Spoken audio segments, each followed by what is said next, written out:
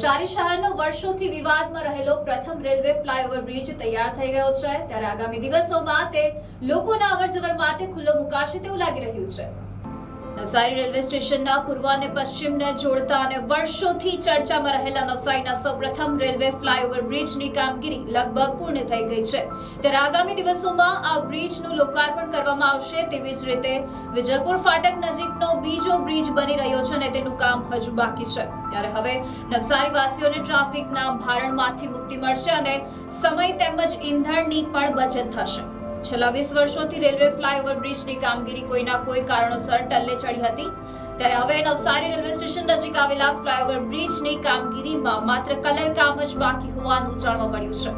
બુધવારના રોજ બ્રિજ નજીક પૂર્વ અને પશ્ચિમ બંને બાજુ વાહન ચાલકોને માર્ગદર્શન આપતા સાઇન બોર્ડ પણ લગાડી દેવામાં આવ્યા છે। તંત્ર દ્વારા હજુ આ ફ્લાયઓવર ક્યારે શરૂ થશે તે અંગે કોઈ જાણકારી આપવામાં નથી, પરંતુ હાલમાં આચારસંહિતાનો અમલ ચાલુ હોવાથી 7મી મેના રોજ યોજાનાર મતદાન બાદ જ તેનું લોકાર્પણ કરવામાં આવશે તેવી ચર્ચાએ જોર પકડ્યું છે। બહુ જ આનંદની લાગણી સાથે હું કહેવા માંગુ છું કે N7ના માધ્યમથી જે અત્યારે જે લાઈવ અત્યારે કરી રહ્યા છો અને જે આ બ્રિજનું નિર્માણ થયું પાછલા ઘણા સમયની આપણા જલાલપોર વિસ્તારની સ્ટેશનની અને જે ટ્રાફિકની સમસ્યા હતું તેનું પૂર્ણ સમાધાન થઈ ગયું છે।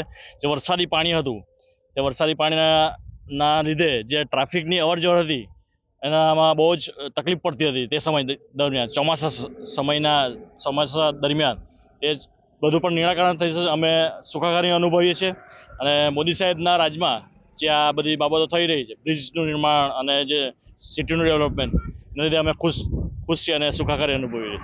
Bureau report NTC news, Navsari.